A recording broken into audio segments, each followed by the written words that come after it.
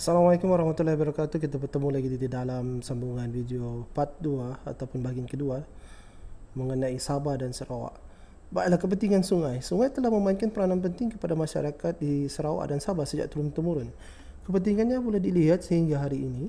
Sungai digunakan dalam kegiatan harian seperti alat perhubungan, kawasan penempatan, sumber rezeki, kegiatan perdagangan dan aktiviti rekreasi. Kegunaan harian, sungai menjadi sumber bekalan air untuk minum, mandi dan membasuh pakaian serta pinggan mangkuk. Dari segi pengangkutan pula, sungai digunakan untuk melalui sampan dan bot untuk menjadi pengangkutan utama membawa penumpang dan barang melalui sungai. Sungai menjadi kawasan pertempatan yang dikenali sebagai kampung air. Sumber rezeki, sungai merupakan sumber rezeki kepada penduduk di kawasan sekitar sungai. Perdagangan, masyarakat menjalankan kegiatan perdagangan dan jual beli di sungai sejak zaman berzaman. Kegiatan rekreasi, sungai menjadi tempat kegiatan rekreasi seperti pesta regata dan acara perahu berhias. Sungai amat mempengaruhi kehidupan masyarakat di Sarawak dan Sabah. Fungsi sungai masih kekal hingga hari ini. Kepentingan sungai ini juga menunjukkan terdapat perbezaan dengan pendapatan awal dan pengasasan kerajaan alam Melayu. Kesenian, penghasilan barang kesenian merupakan salah satu keunikan masyarakat di Sarawak dan Sabah. Barangan yang dihasilkan mempunyai pelbagai kegunaan dan dihiasi dengan pelbagai positif yang menarik. Pada peringkat awal, barangan kesenian yang dihasilkan adalah untuk kegunaan sendiri dan dijual secara kecil-kecilan untuk sara diri. Apabila terdapat lebihan dan permintaan, barangan kesenian ini dikomersialkan dan didagangkan. Secara tidak langsung, kegiatan ini menambahkan pendapatan masyarakat. Baiklah, kita masuk kepada Sarawak. Puak kumbu merupakan hasil kerja tangan kaum Iban yang dibuat daripada kain kapas. Puak kumbu digunakan dalam pelbagai majlis seperti kelahiran, perkahwinan dan kematian. Keringkam merupakan kerja tangan kaum Melayu yang dibuat daripada pelbagai jenis kain seperti kain kapas dan kain sutera. Kain tersebut disulam dengan benang, emas, perak dan tembaga.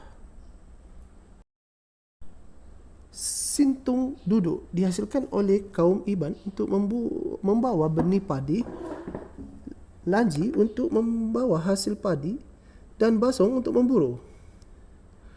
Orang Ulu pula menghiasi bakul mereka dengan manik, simbol-simbol naga, manusia, burung kenyalang dan harimau yang dihiasi pada bakulnya digunakan oleh golongan atasan. Kaum Melanau menghasilkan penutup kepala iaitu terendak. Terendak digunakan semasa kerja-kerja harian dan adat tertentu termasuk pesta kaul. Pertukangan, tiang totem dihasilkan oleh orang Ulu melambangkan status masyarakat. Hanya mayat golongan atasan boleh diletak tinggi di atas tiang ini. Patung burung kenyalang. Patung burung kenyalang merupakan lambang kepahlawanan kaum Iban. Ukuran patung ini digunakan sebagai pemberi semangat kepada kaum Iban. Patung ini juga menjadi penjaga rumah panjang daripada semangat jahat dan penyakit. Sabah, kaum Rungus mengubah inavol dan menghasilkan selendang yang berwarna-warni. Kaum Iranu menghasilkan kain dastar yang biasa digunakan sebagai tanjak.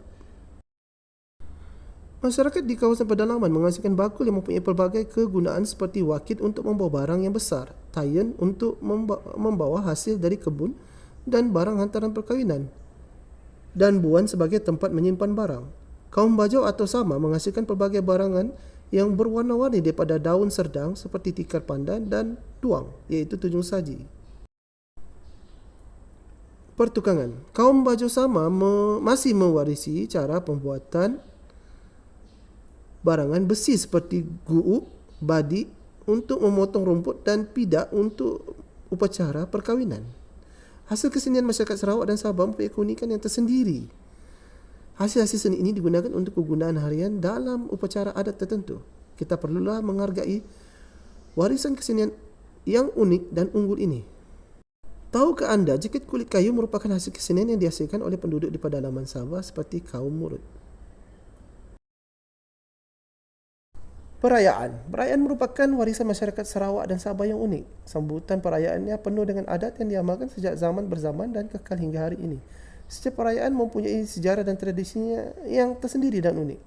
Sarawak, masyarakat di Sarawak mempunyai pelbagai perayaan yang berdasarkan kaum. Kaum Iban, Bidayu dan orang Ulu merayakan pesta menuai atau gawai Dayak. Bagi masyarakat Iban pula, upacara miring diadakan semasa gawai Dayak. Upacara ini dilakukan untuk menyatakan rasa terima kasih kepada petara atau Tuhan.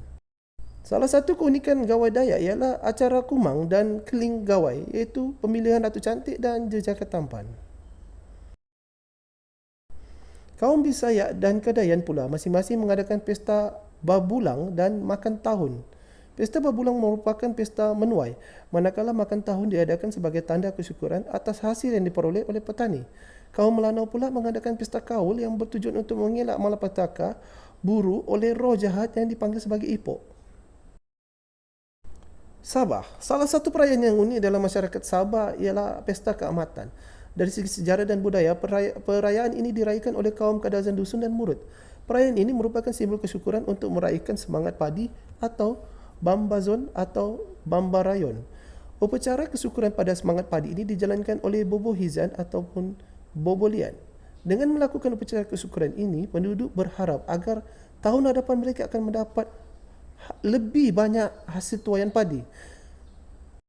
Antara acara yang diadakan dalam pesta ini termasuklah pertandingan Ratu Cantik atau Unduk Ngadau. Acara ini berkaitan dengan asal-usul pengorbanan Huminodon. Menurut kepercayaan kaum Kadazan Dusun, Huminodon merupakan seorang puteri, iaitu anak Kinoingan atau Minamangun, iaitu pencipta yang mengorbankan dirinya untuk membantu manusia dalam kesusahan semasa musim kemarau. Pesta Regata Lepa merupakan perayaan memperingati peranan Lepa dalam kehidupan kaum Bajau atau Sama di pantai timur Sabah. Dalam perayaan ini, kaum Bajau atau Sama menghiasi Lepa. Selain itu, pelbagai acara lain diadakan seperti perlombaan perahu. Sambutan perayaan masyarakat Sarawak dan Sabah penuh dengan tradisi yang mengimbau sejarah dan budaya nenek moyang mereka. Perayaan tersebut juga merupakan unsur kesempurnaan alam lain yang sentiasa menghargai alam semula jadi yang membantu kehidupan mereka. Sarawak. Kepelbagaian kaum di Sarawak membawa kepada kelahiran pelbagai persembahan tarian yang unik dan menarik. Hal ini dapat dilihat dengan kepelbagaian pakaian, alatan tarian dan rentak tariannya yang berbeza antara satu kaum dengan kaum yang lain. Tarian Datun Julud. Tarian ini berasal daripada kaum orang Ulu. Tarian ini sebagai lambang kegembiraan dan terima kasih. Penarinya ialah wanita yang memakai pakaian warna-warni dengan perhiasan kepala. Bulu burung kenyalang digunakan semasa menari. Tarian ini diiringi oleh alat muzik tradisional iaitu sape. Tarian Ngajat. Tarian Ngajat ditarikan oleh kaum Iban dan orang Ulu. Terdapat beberapa jenis tarian Ngajat Iban seperti Ngajat Indu dan Ngajat Lesung. Tarian Ngajat ditarikan sebagai pemberi semangat kepada para pejuang yang hendak pergi berperang. Bermukum. Bermukum merupakan acara bergendang. Keunikan bermukum ialah gendangnya yang dipalu oleh wanita dan penarinya hanya lelaki. Tarian ini biasa ditarikan semasa majlis perkahwinan. Semasa bermukum, para pemukul gendang akan berbalas pantun. Alat muzik tradisional seperti sape merupakan mengiringi persembahan tarian Datun Julud. Sabah. Masyarakat Sabah memiliki pelbagai jenis tarian yang diwarisi sejak zaman berzaman. Setiap kaum memiliki tarian yang unik dan berbeza daripada satu kaum dengan kaum yang lain. Begitu juga halnya dengan perhiasan baju penari, peralatan yang digunakan dan gerak tarinya. Baiklah, kita masuk kepada tarian Nimbai. Tarian suku kaum Bajau atau Sama dari pantai barat Sabah ini ditarikan secara berpasangan. Pasangan wanita akan memakai sarimpak, iaitu kehiasan kepala. Tarian ini ditarikan semasa majlis perkahwinan dan majlis keramaian. Mazau ialah tarian kaum Kadazan Dusun. Dia terdapat baris tarian ini mengikut kawasan seperti Penampang dan Papar. Tarian ini ditarikan semasa pesta keamatan dan majlis keramaian. Perkataan Sumazau diambil daripada perkataan Sazau yang merujuk pergerakan tangan penari seperti seekor burung. Magunatip. Tarian ini ditarikan oleh kaum Murut di kawasan pedalaman. Tarian yang menggunakan dua batang bulu ini ditarikan semasa majlis keramaian. Seni Binah. Dalam aspek seni bina, masyarakat Sarawak dan Sabah mempunyai sejarah pembinaan rumah yang unik. Setiap seni bina ini walaupun kelihatan mempunyai persamaan tetapi terdapat ciri-ciri tersendiri dan unik. Di Sarawak terdapat 3 bentuk seni bina yang unik, iaitu rumah panjang, rumah tinggi dan rumah baru. Rumah panjang merupakan seni bina kaum Iban, Bidayu dan orang Ulu. Rumah panjang dibina untuk tujuan keselamatan dan pertahanan serta kewujudan masyarakat dalam kalangan penduduk di rumah panjang. Fungsinya, selain dia menjadi tempat tinggal, rumah panjang ini menjadi tempat berinteraksi dengan mengadakan acara-acara perayaan. Bahan pembuatan, kayu keras digunakan terutama kayu belian. Atapnya dibuat daripada daun tebal seperti daun rumbia. Berikut merupakan contoh gambaran sebenar mengenai rumah panjang yang berada di Sarawak. Yang terdapat bilik ruang, bilik setiap keluarga, ruai tempat berhimpun untuk majlis sosial dan juga tanjur ruang pelbagai guna. Rumah tinggi. Rumah tinggi merupakan hasil binaan unik kaum Melanau. Fungsinya, rumah ini dibina tinggi iaitu 10 meter dari aras tanah untuk mengelak serangan musuh. Bahan pembuatan kayu keras dan bulat seperti belian menjadi bahan utama dalam pembuatan rumah ini. Rumah baru. Rumah baru merupakan seni bina yang tersendiri dihasilkan oleh kaum Bidayu. Seni bina baru ialah bulat dan berbentuk kon dengan puncaknya dihiasi dengan lambang burung kenyalang. Fungsi rumah ini menjadi tempat menyimpan tengkorak, menyimpan senjata, pusat ritual, mesyuarat dan majlis sosial yang lain. Bahan pembinaan iaitu kayu keras belian yang digunakan untuk membina baru. Atapnya akan ditutup dengan daun rumbia dan dinding pula diperbuat daripada buluh. Seni bina rumah di Sarawak mempunyai persamaan dari segi bahan binanya, iaitu menggunakan sumber hutan. Namun begitu, setiap kaum menggunakan kebiasaan masing-masing untuk membina seni bina yang tersendiri. Sabah. Di Sabah terdapat juga rumah panjang. Namun begitu, rumah panjang ini direka dengan beberapa ciri tersendiri dan unik. Keunikan seni bina masyarakat Sabah ini terserlah dengan menjadikan perahu sebagai kediaman di kawasan pantai timur Sabah. Baik, kita masuk kepada rumah panjang rungus. Kaum rungus juga membina rumah panjang yang dikenali sebagai vinatang. Keistimewaan rumah panjang rungus ini ialah bilik tidurnya dibina dengan kedudukan kepala pada sudut tepat arah Gunung Kinabalu. Fungsi, rumah panjang ini menjadi kediaman dan kubu pertahanan daripada serangan musuh. Kaum rungus membina rumah ini untuk mewujudkan semangat kerjasama dan melindungi ahli-ahlinya. Bahan pembuatan, kayu bulat, buluh, kulit kayu dan daun nipah. Berikut merupakan ilustrasi gambaran sebenar bagaimana rumah bagi kaum di Sabah, iaitu terdapat ongkop merupakan ruang bilik keluarga, apart, tempat berkumpul untuk majlis-majlis tertentu dan tempat bersantai bersama penghuni rumah panjang, dan juga perahu yang dijadikan sebagai tempat tinggal. Rumah panjang murut. Kaum murut juga membina rumah panjang. Terdapat pelbagai nama yang merujuk rumah panjang murut seperti Tulus dan Pahun. Fungsi, rumah panjang ini dibina atas faktor keselamatan dan pertahanan.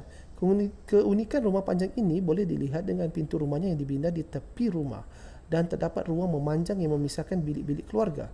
Di bahagian tengah pula terdapat tempat pertemuan dan lantai untuk tarian atau langsaran.